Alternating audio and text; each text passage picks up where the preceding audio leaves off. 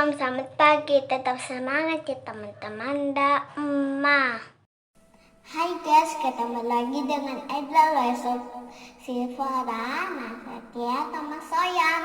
Hari ini aku mau nyanyi Aku Anak Tuhan Zaman Sekarang. Ayo kita nyanyi.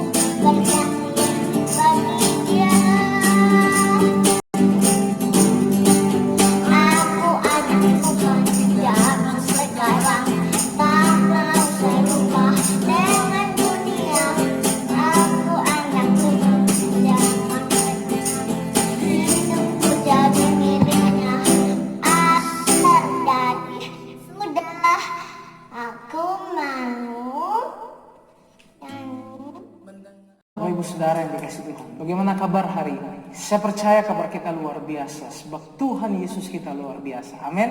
Haleluya. Hari ini kita akan belajar dalam 2 Samuel 24. Kita akan masuk dalam pembacaan kita di dalam 2 Samuel 24. Di sini kita melihat di dalam ayatnya yang ke-10. Tetapi berdebar-debarlah hati Daud setelah ia menghitung rakyat. Lalu berkatalah Daud kepada Tuhan, "Aku telah sangat berdosa karena melakukan hal ini. Maka sekarang Tuhan, jauhkanlah kiranya kesalahan hamba-Mu, sebab perbuatanku itu sangat bodoh." Bapak Ibu Saudara yang dikasih Tuhan, hari ini kita akan melihat bahwa sebenarnya musuh yang membuat kebanyakan dari setiap orang-orang percaya itu kalah, itu adalah bukan musuh yang adalah darah dan daging, bukan juga musuh yang adalah penghulu-penghulu di udara, tetapi musuh yang berasal dari dalam diri kita sendiri. Terkadang kita berpikir, ya, ada malaikat di bahu kanan kita, ada iblis di bahu kiri kita. Terkadang kita berpikir dengan hal seperti itu, maka setiap kecenderungan hati kita melawan dosa, kecenderungan hati kita mengikuti dosa, itu diakibatkan oleh adanya malaikat di sebelah kanan dan malaikat di sebelah kiri yang akan mempengaruhi kita. Bapak Ibu Saudara, sadarilah bahwa sesungguhnya tidak ada penampakan seperti itu. Yang ada adalah diri kita sendiri yang menghasut diri kita untuk apakah itu melawan Tuhan atau mentaati Tuhan.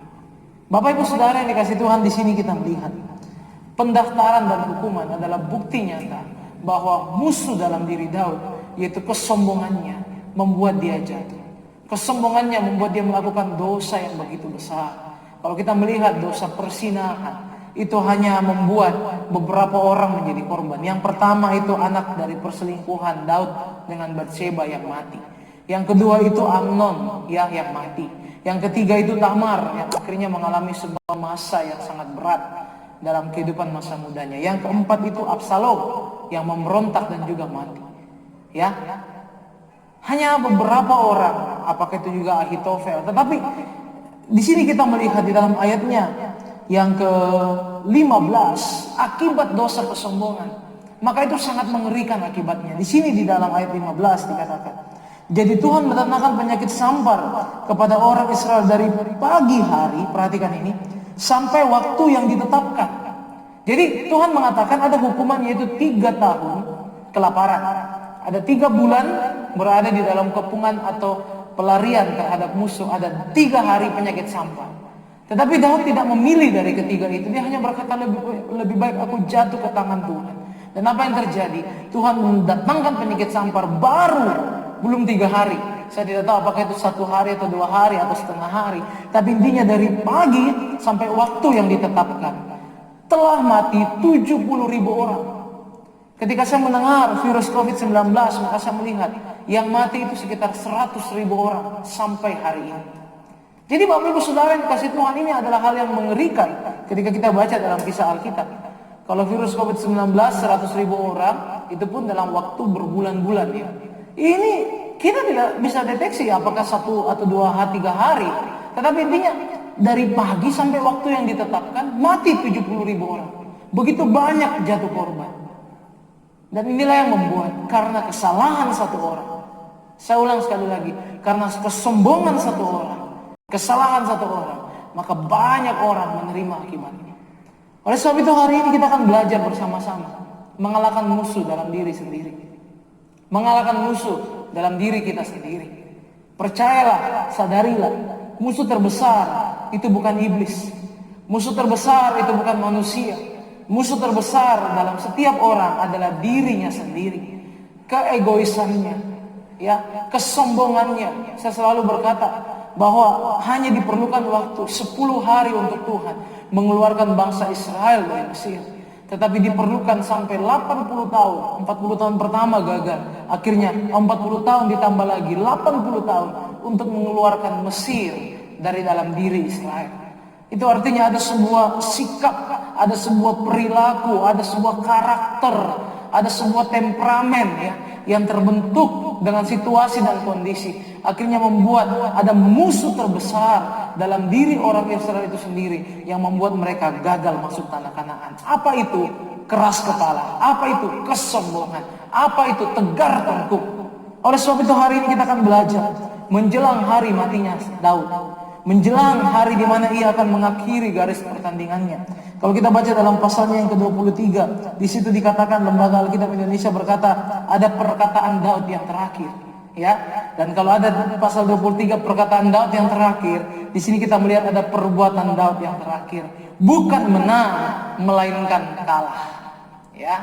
Bukan membuat sebuah hal yang membanggakan, tetapi melakukan sebuah hal yang memilukan. Bukan lagi memalukan Bapak Ibu, tetapi memilukan. Karena bukan dia yang dikorbankan, tetapi orang lain yang dikorbankan karena kesombongan. Makanya Bapak Ibu Saudara, saya selalu berkata seperti ini. Dosa kesombongan bukan hanya engkau tidak menyadarinya, tetapi juga engkau akan melihat bukan engkau saja yang jadi korban, tetapi lebih mengorbankan banyak orang. Oleh sebab itu hari ini satu hal yang sangat-sangat memilukan yang Daud alami. Bukan dia yang kena murka Tuhan itu, tetapi rakyatnya, orang-orang Israel, 70.000 orang. Oleh sebab itu hari ini kita akan belajar untuk bagaimana jangan sampai kita terus hidup dalam kesombongan. Alkitab jelas berkata Allah menentang orang congkak, tetapi mengasihani orang yang rendah hati. Orang yang sombong tidak diserang Allah secara khusus, tetapi Allah akan menyerang orang-orang terdekat mereka. Sehingga ada begitu banyak penyesalan, sehingga kita mulai berkata, Tuhan, ampunilah, selama ini ada yang aku banggakan, ada yang aku angkat, ada yang aku andalkan. Tetapi hari ini aku hanya mau berkata, Tuhan, aku hanya mengandalkan bukan kekayaanku, bukan ketenaranku, bukan segala apa yang telah aku miliki, tetapi semuanya hanya karena Engkau saja Tuhan. Mari Bapak Ibu Saudara, kesombongan menghancurkan banyak hal. Kesombongan telah berhasil menghancurkan banyak-banyak keluarga. Kesombongan membuat suami dan istri dengan sangat hebat berkata, aku akan berpisah dari dia. Kesombongan telah membuat ada begitu banyak ya pelayanan yang hancur, ada begitu banyak perpecahan yang terjadi.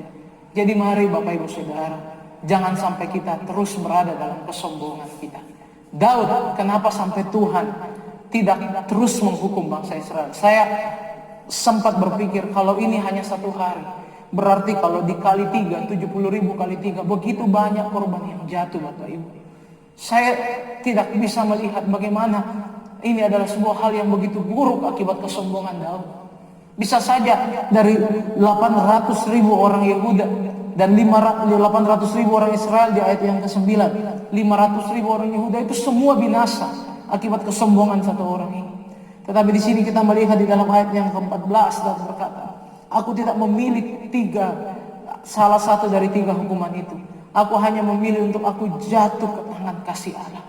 Jadi ini menggambarkan bagaimana Daud berserah, Daud merendahkan dirinya, Daud menyadari dia salah, dan Daud bertobat dan meminta pengampunan Tuhan. Dan perhatikan ini Bapak Ibu, ini ayat yang sangat indah, yaitu dalam ayatnya yang ke-16. Ketika malaikat itu mengacungkan tangannya ke Yerusalem. Perhatikan ini, kalau kita baca ayat 15, malaikat Tuhan itu sudah berjalan mengacungkan tangannya dari Dan sampai Batseba, ya. 70.000 orang mati. Ketika malaikat Tuhan itu mengacungkan tangannya kepada Yerusalem, artinya sudah dekat Daud akan mati, sudah dekat anak-anaknya atau keluarganya Daud akan mati. Saat itu Alkitab jelas berkata, ya, ayatnya yang ke-16, maka menyesallah Tuhan karena malapetaka itu. Itu artinya apa? Dalam pertobatan, dalam penyerahan total kita kepada anugerah Tuhan, maka ada pengampunan Tuhan.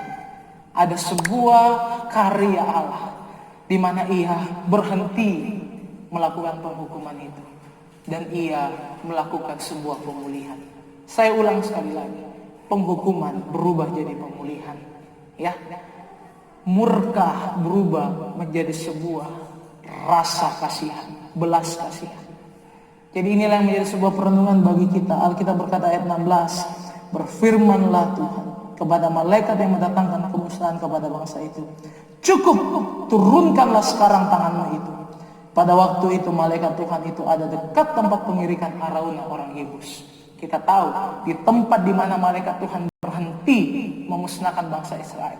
Di tempat itulah nanti dalam kitab 1 Raja-Raja, Raja Salomo anak dari Raja Daud akan membangun bait Allah.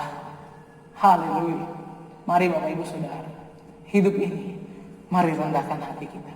Hidup ini mari kita sungguh-sungguh datang pada Tuhan.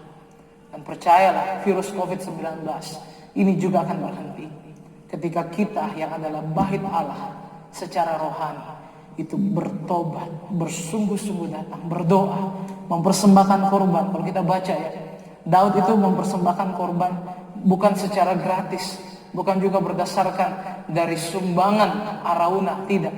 Daud berkata, aku membeli ladang 50 sikal perak.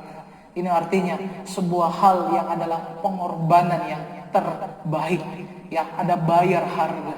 Jangan suka ya melakukan sesuatu itu gratis. Artinya berdasarkan apa yang orang telah buat itu kita lakukan. Jangan. Pengorbanan pelayanan itu adalah bayar harga. Jadi mari lakukan yang terbaik seperti Daud. Dan inilah yang menjadi ayat yang indah. Ayat 25. Lalu Daud mendirikan di sana mezbah bagi Tuhan dan mempersembahkan korban bakaran dan korban keselamatan. Ini dia. Maka Tuhan mengabulkan doa untuk negeri itu dan tulah itu berhenti menimpa orang Israel. Bapak Ibu Saudara, saya rindu setiap kita. Saya melihat ada begitu banyak fakta yang menyatakan virus ini akan segera menjadi sebuah endemi, ya. Artinya tidak berhenti, tetapi kita bisa akan berdamai dengan virus ini. Saya percaya itu akan terjadi kalau kita gereja sungguh-sungguh datang sama Tuhan. Artinya kita akan kembali bisa datang beribadah. Kita akan kembali bisa bekerja. Dan kita akan terus terlindungi di dalam pertolongan dan pemeliharaan Tuhan. Amin. Haleluya. Inilah renungan firman Tuhan yang indah. Mari tanggalkan kesombongan. Mari kenakan kerendahan hati. Untuk kita tetap mohon akan anugerah dan pemulihan yang dari Tuhan. Mari kita datang pada Tuhan pagi hari ini. Kita bersyukur untuk apa yang Tuhan lakukan bagi setiap hidup kita. Terima kasih Yesus. Mengiringmu seumur hidupku, masuk dalam rencanamu Bapa. Pikiranku, kehendakku, ku serahkan padamu. Harapanku hanya di dalam-Mu. Ku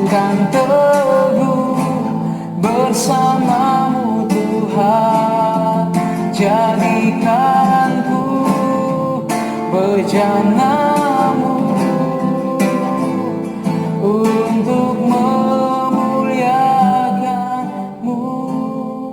Mari berdoa. Kami percaya pagi hari ini kami menerima rema firman Tuhan untuk kami dapat terus berjalan di dalam kerendahan hati, tidak mengandalkan apa yang selalu harus kami andalkan secara duniawi, tapi hari ini kami hanya mau mengandalkan Engkau Tuhan, sumber kekuatan kami, sumber pertolongan kami, sumber perlindungan kami. Hamba berdoa untuk setiap orang-orang yang mendengarkan video ini. Hamba percaya ada pertolongan Tuhan, ada pemeliharaan Tuhan yang terjadi. Kami percaya ada kuasa Allah yang mengalir, sehingga dalam setiap kehidupan orang-orang ini mujizat Tuhan akan dinyatakan. Yang lemah Tuhan kuatkan, yang sakit Tuhan sembuhkan, yang susah Tuhan hiburkan. Kami percaya dalam hari-hari ini kami akan mendapatkan pertolongan dan kekuatan Tuhan. Hamba berdoa bagi seluruh jemaat Tuhan. Kami percaya dalam setiap tugas pekerjaan yang dilakukan, pertolongan Tuhan, pemulihan Tuhan akan terus kerjakan, sehingga kami dapat berhasil, kami dapat hidup berkenan, hidup memuliakan Tuhan. Kami berdoa untuk waktu-waktu ke depan. Kami percaya kami akan dapat beribadah kembali di dalam gereja kami di tempat ini, dan seluruh jemaat Tuhan dapat Engkau semakin hari semakin bawa untuk kembali mengenal, selalu mengenal kasih dan pemeliharaan Tuhan. Terima kasih Tuhan, kami sambut hari baru ini dalam nama Yesus. Kami sudah berdoa. Haleluya. Amin. Semangat pagi. Shalom. Kita terus percaya pertolongan pemeliharaan Tuhan nyata bagi kita.